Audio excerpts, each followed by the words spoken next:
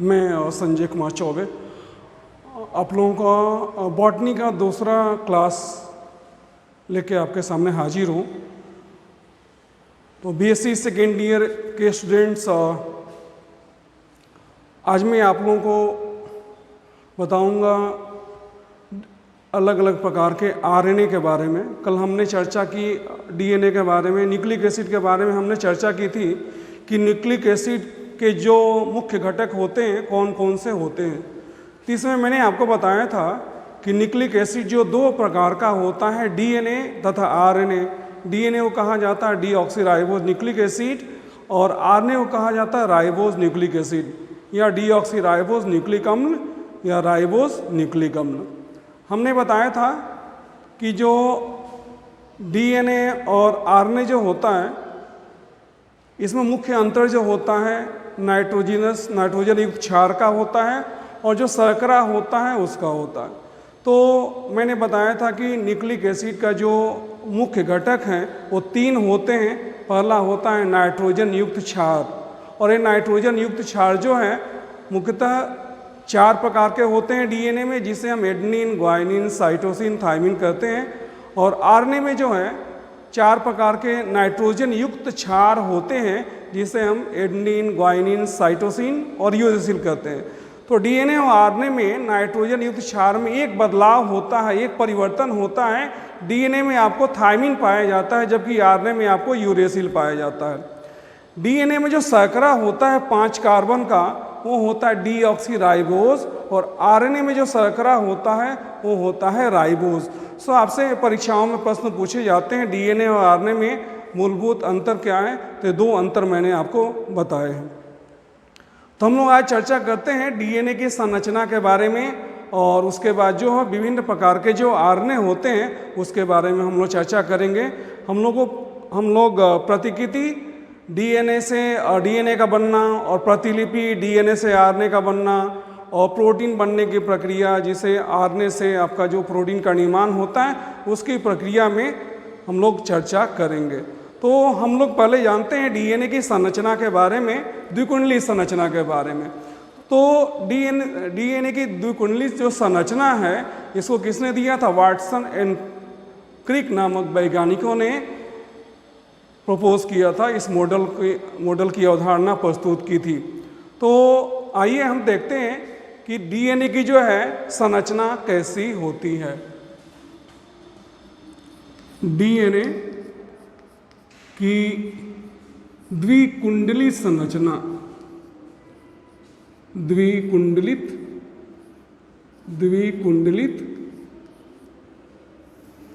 संरचना।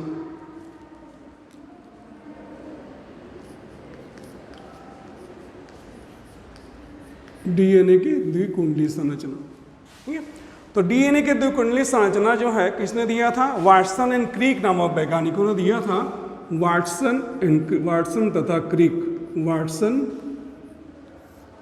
तथा क्रिक, इन दो वैज्ञानिकों ने डीएनए की द्विकुंडली संरचना के बारे में बताया था।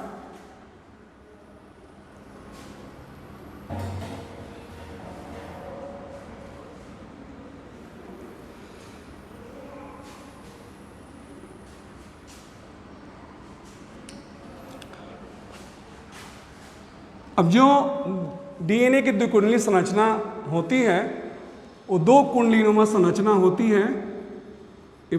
इसको कहा जाता है पांचवा छोर कहा जाता है, 5 पिन कहा जाता है, और इसे 3rd इन।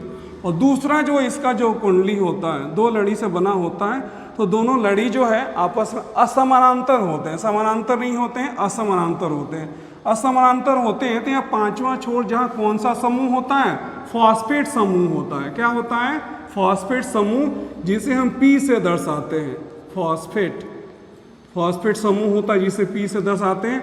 और यहाँ जो है आपका हाइड्रोक्सिल समूह होता है जिसे हम OH से दर्शाते हैं। OH ये कौन सा होता है? हाइड्रोक्सिल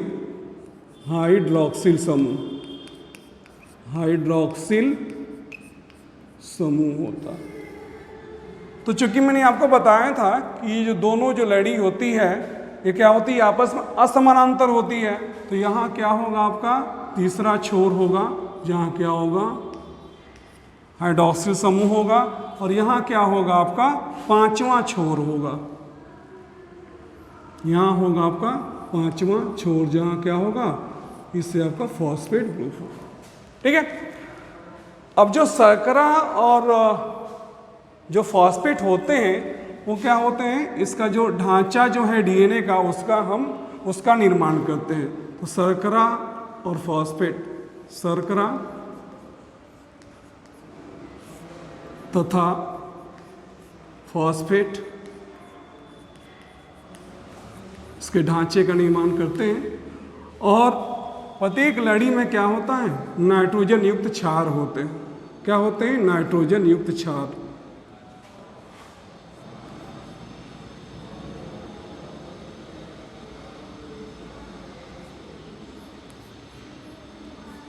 नाइट्रोजन युक्त क्षार होते हैं।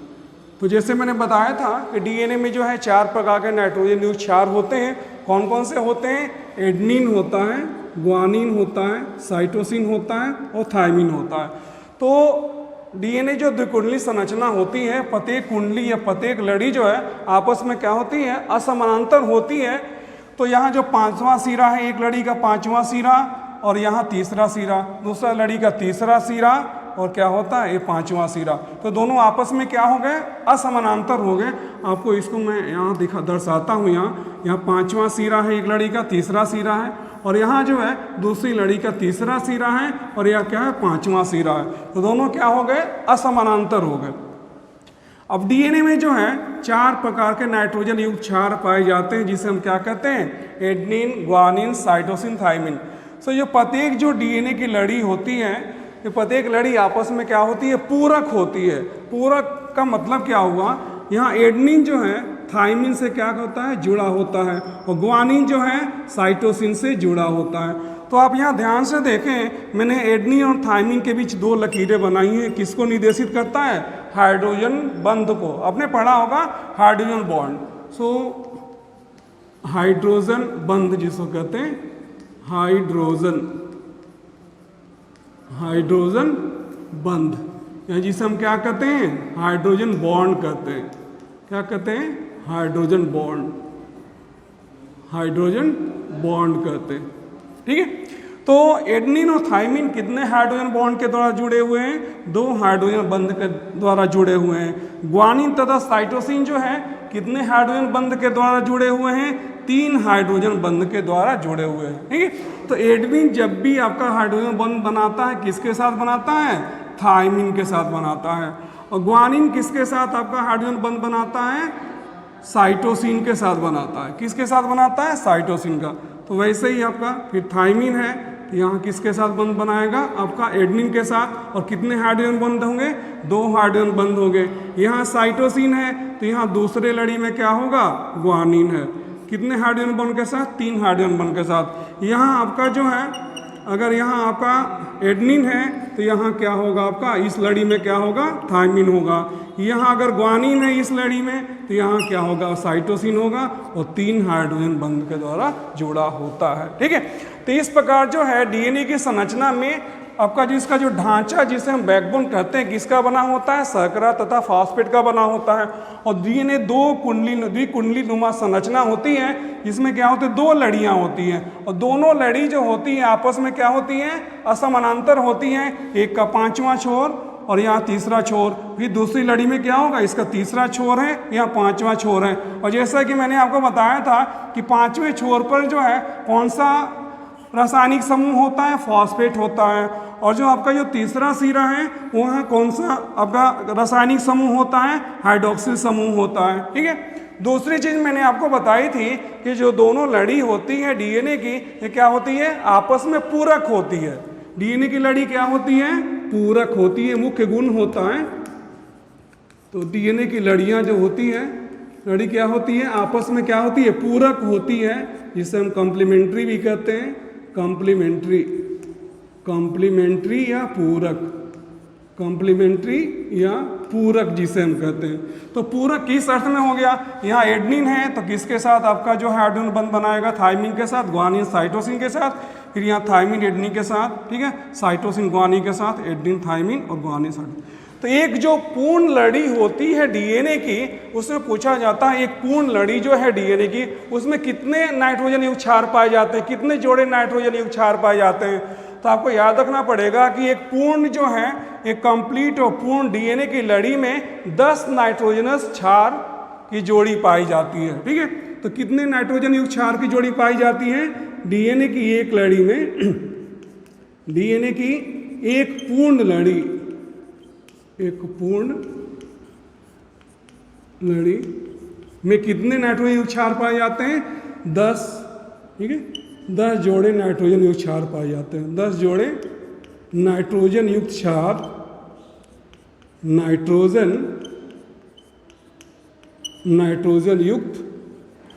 युक्त क्षार पाए जाते हैं, ठीक है।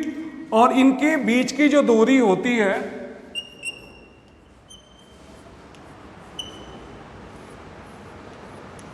ठीक है, 10 नाइट्रोजन युक्त क्षार पाए जाते हैं और इनकी एक लड़ी की पूर्ण लंबाई कितनी होती है? 34 एंगस्ट्रम होती है। कितनी होती है? 34 एंगस्ट्रम होती है। तो प्रत्येक लड़ी के बीच का जो दूरी हो गई वो कितनी हो गई? 3.4 एंगस्ट्रम होती है। तो डीएनए की पूर्ण लड़ी में जो है 10 जोड़े नाइट्रोजन युक्त क्षार पाए जाते हैं और इसकी लंबाई कितनी होती है? 34 एंगस्ट्रम होती है। तो प्रत्येक जो जोड़ी है, नाइट्रोजन युक्त जोड़ी जो है, इसके बीच का जो है ये सीढ़ी के जैसे क्या होता है आपका व्यवस्थित होता है और प्रत्येक के बीच की दूरी क्या होती है? 3.4 एंगस्ट्रम होती है, ठीक। तो ये हो गई आपके डीएनए की द्विकुंडली संरचना के बारे में। तो हमने अभी चर्चा की थी डीएनए की द्विकुंडली संरचना के बारे में, जो किसके द्वारा दिया गया था? वाटसन एंड क्रिक के द्वारा दिया गया था। तो मैंने इसके बारे में आपको बताया कि डीएनए क्या होती है? द्विकुंडली संरचना होती है और दोनों जो लड़ियां होती है डीएनए की, एक क्या होती है? आपस में क्या होती है? पूरक होती है, ठीक है, असमानांतर होती है और पूरक होती है। और जो पूरक इस अर्थ में होती है कि एक लड़ी में उपस्थित एडेनिन जो है दूसरे लड़ी में उपस्थित थायमिन के साथ हाइड्रोजन बंध बनाता है। एक लड़ी में उपस्थित आपका साइटोसिन जो है दूसरे लड़ी में उपस्थित ग्वानिन के साथ क्या बनाता है? आपका हाइड्रोजन बंध बनाता है। तो एडेनिन थायमिन के साथ 2 हाइड्रोजन बंध द्वारा जुड़ा होता है और जो साइटोसिन जो है वो गायनिन के साथ 3 हाइड्रोजन बंध के द्वारा जुड़ा होता है। शुगर तथा फॉस्फेट, शर्करा तथा फॉस्फेट जो है वो डीएनए के ढांचे का निर्माण करते हैं। आपको याद रखना चाहिए डीएनए का ढांचा किसका बना होता है? शर्करा तथा फॉस्फेट से मिलकर बना होता है। तो ये 3-4 मुख्य बातें आप डीएनए के बारे में याद रखेंगे, ठीक है। अब जो है हम लोग चर्चा करने जा रहे हैं आरएनए के बारे में। तो जैसा कि मैंने अपने प्रथम क्लास में बताया था, पहली क्लास में बताया था कि न्यूक्लिक एसिड 2 प्रकार के होते हैं, डीएनए तथा आरएनए, ठीक है। तो जो आपका जो कोशिका में जो प्रक्रिया होती है, डीएनए से डीएनए का निर्माण होना, डीएनए से आरएनए का निर्माण होना, आरएनए से क्या होता है? फिर प्रोटीन का निर्माण होना, उसके बारे में हम थोड़ी सी चर्चा करने जा रहे हैं, ठीक है। तो डीएनए से डीएनए के निर्माण की क्रिया क्या करते हैं? प्रतिकृति करते हैं, ठीक है, या एप्लीकेशन करते हैं। तो डीएनए से जो है आपका डीएनए से डीएनए का निर्माण, डीएनए से डीएनए का निर्माण होना, डीएनए से डीएनए का निर्माण, इसे हम क्या कहते हैं? क्या कहते हैं? प्रतिकृति, प्रतिकृतिकरण, ठीक है, प्रतिकृति, ठीक है, जिसे हम क्या कहते हैं? रेप्लिकेशन कहते हैं। क्या कहते हैं? रेप्लिकेशन या प्रतिकृति। तो डीएनए से क्या होता है? आपका डीएनए का निर्माण होता है, ठीक है। और मैंने जैसे बताया था कि जो भी जीवों में जो भी गुण पाए जाते हैं उन गुणों का निदान किसके द्वारा होता है? जीन के द्वारा होता है। और जीन क्या होता है? जीन जो है अनुवांशिकता की इकाई होती है। अगर इसको हम देखें, अगर अणु के स्तर पर देखें तो जीन क्या होता है? डीएनए का ही क्या होता है? छोटा सा भाग होता है, ठीक है। तो डीएनए जो है, जीन जो है क्या होता है? डीएनए का जो छोटा टुकड़ा होता है, डीएनए का वैसा भाग जो गुण का निर्धारण करता है उसे हम क्या कहते हैं? जीन। तो डीएनए में क्या होता है? जीन होता है और इस जीन से क्या होता है? विभिन्न गुणों का क्या होता है? निर्धारण होता है। जैसे आपकी लंबाई हो गया, आपकी त्वचा का रंग हो गया, आपके बाल का रंग हो गया, आपकी आंखों का रंग हो गया, ये सारे गुणों का निर्धारण किसके द्वारा होता है? इन सारे गुणों का निर्धारण आपको जीन के द्वारा होता है, ठीक है। और जीन किसके भाग होते हैं? डीएनए के। डीएनए क्या होते हैं? भाग होते हैं। तो रेप्लिकेशन में क्या होता है? प्रतिकृति में क्या होता है? डीएनए से क्या होता है? डीएनए का निर्माण होता है। अब हम आइए चर्चा करते हैं आपका जो प्रतिलिपिकरण जिसे कहते हैं या जिसे हम ट्रांसक्रिप्शन कहते हैं। तो डीएनए से आरएनए बनने की प्रक्रिया को हम क्या कहते हैं? प्रतिलिपिकरण कहते हैं, या हम क्या कहते हैं? उसको ट्रांसक्रिप्शन कहते हैं। तो डीएनए से जो है आरएनए का निर्माण होता है। तो आरएनए 3 प्रकार का होता है, जैसे मैंने बताया था। कौन कौन सा आरएनए होता है?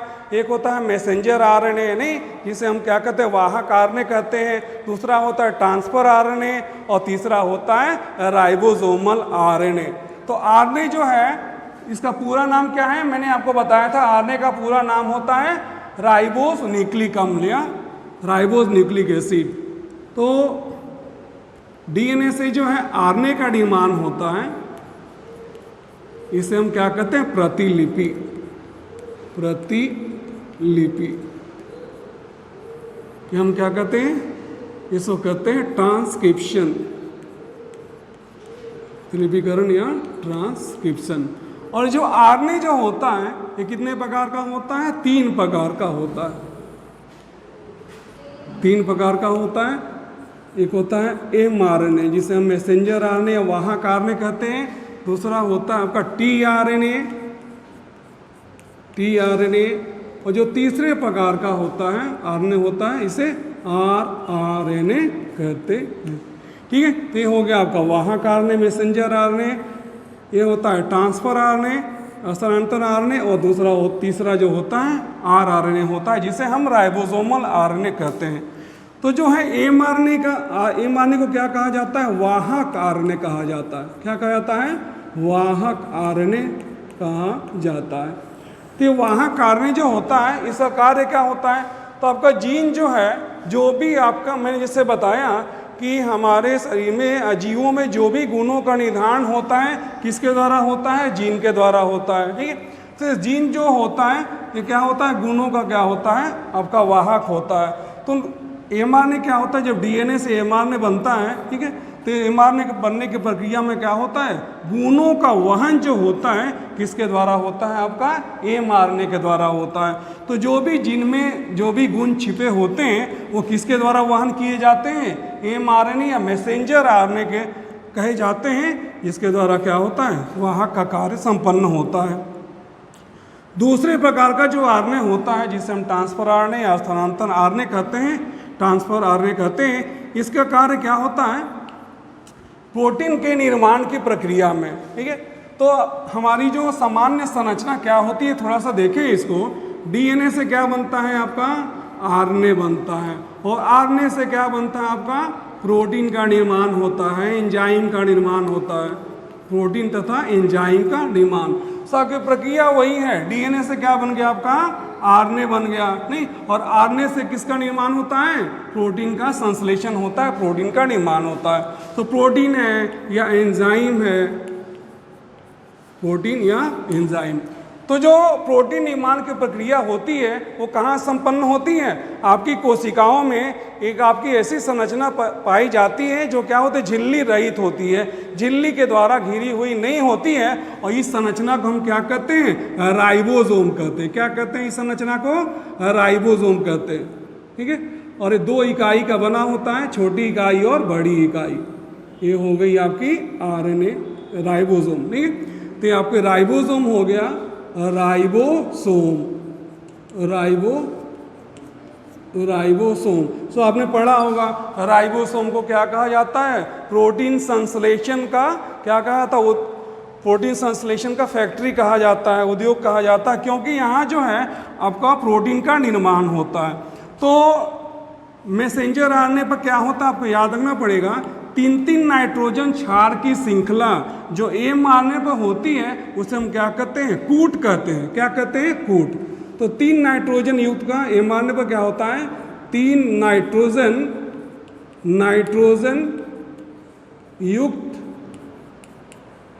नाइट्रोजन युक्त क्षार का क्रम जो होता है, क्षार का क्रम, इसे क्या कहा जाता है? कूट कहा जाता है। तो आपके परीक्षाओं में पूछा जाता है कूट क्या होता है, तो आपको याद रखना चाहिए कि 3-3 नाइट्रोजन युक्त क्षार का क्रम जो होता है mRNA पर, उसे हम क्या कहते हैं? कूट कहते हैं। ठीक है, तो ऐसे बहुत सारे कूट होता है, क्या होता है आपके आरएनए पर, क्या mRNA पर पाए जाते हैं। ऐसे कूट हो गया, फिर ये क्या हो, दूसरा कूट हो गया, फिर ये तीसरा कूट हो गया। तो 3-3 नाइट्रोजन युक्त क्षार का जो क्रम होता है mRNA पर, इसे क्या कहा जाता है? कूट कहा जाता है। वैसे ही आपका जो ट्रांसफर आरएनए है, इसमें क्या होता है? प्रतिकूट होता है। क्या होता है? प्रतिकूट। तो 3 नाइट्रोजन युक्त क्षार का क्रम जो ट्रांसफर आरएनए पर होता है, उसे हम क्या कहते हैं? प्रतिकूट कहते हैं। नाइट्रोजन युक्त क्षार, नाइट्रोजन युक्त क्षार का क्रम,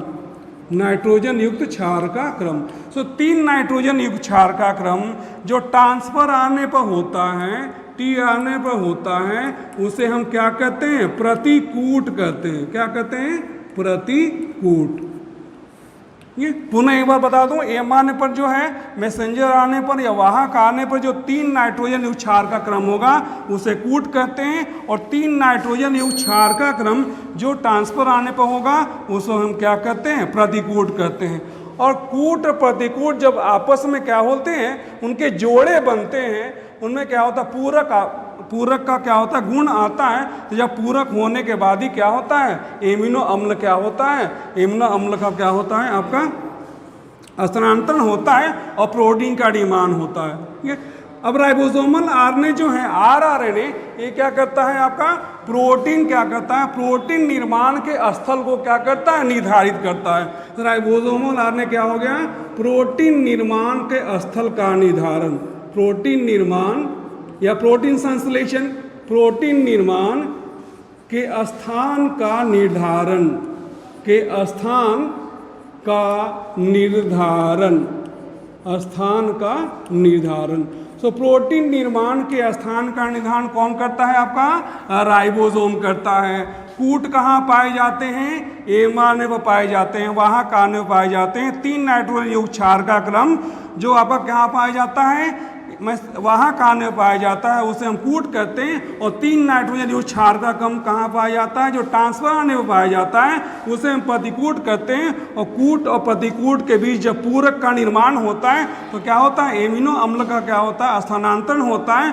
और जो तीसरे प्रकार का आरएनए होता है, उसे हम राइबोसोमल आरएनए कहते हैं। इसका कार्य क्या होता है? प्रोटीन निर्माण के स्थान या स्थल का निर्धारण। तो प्रोटीन निर्माण की प्रक्रिया कहाँ होती है? आपके राइबोसोम पर क्या होती है? संपन्न होती है। ठीक है, तो जब प्रोटीन का निर्माण होता है, उससे क्या होता है? प्रोटीन हमारे शरीर में बहुत उपयोगी कार्य करते हैं। प्रोटीन एंजाइम का भी कार्य करते हैं। प्रोटीन जो है शारीरिक संरचना का भी निर्माण करते हैं। हड्डियों का भी निर्माण प्रोटीन के द्वारा होता है। आपका जो हीमोग्लोबिन जो पाया जाता है आपके शरीर में, उसका कार्य क्या होता है? गैसों का परिवहन, ऑक्सीजन और कार्बन डाइऑक्साइड का परिवहन किसके द्वारा होता है? हीमोग्लोबिन के द्वारा होता है। बहुत सारे एंजाइम जो होते हैं हमारी कोशिकाओं में जो है जैविक क्रियाओं को संपन्न करते हैं। ठीक है, इसके अलावा जो है संरचना का निर्माण करते हैं। बालों में भी क्या पाया जाता है? आपका प्रोटीन पाया जाता है, केराटिन पाया जाता है। आपका हड्डियों में क्या होता है? और दांतों में क्या होता है? आपका प्रोटीन पाया जाता है। तो प्रोटीन जो है हमारी शरीर में विभिन्न प्रकार के जैविक क्रियाओं को क्या करते हैं? आपके संपन्न करते हैं। तो आज हमने चर्चा की डीएनए की संरचना के बारे में और आरएनए के विभिन्न प्रकार के बारे में तथा आरएनए के विभिन्न प्रकार के कार्यों के बारे में। तो हम मिलते हैं अगले क्लास में नए टॉपिक के साथ। Thank you, all the best.